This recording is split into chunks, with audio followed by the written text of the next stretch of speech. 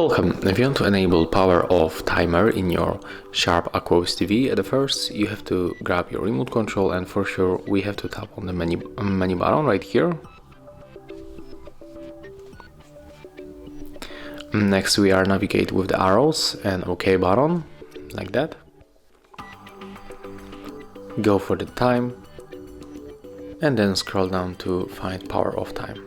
There it is. So as you can see right now, we can go for the right to get once every day, from Monday to Friday, and from Monday to Saturday, or from Saturday to Sunday, and only for the Sunday. So you can decide.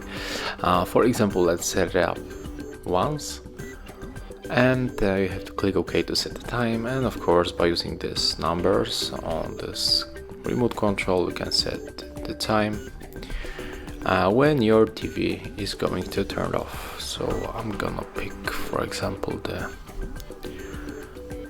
it will be the 4 a.m. I mean PM,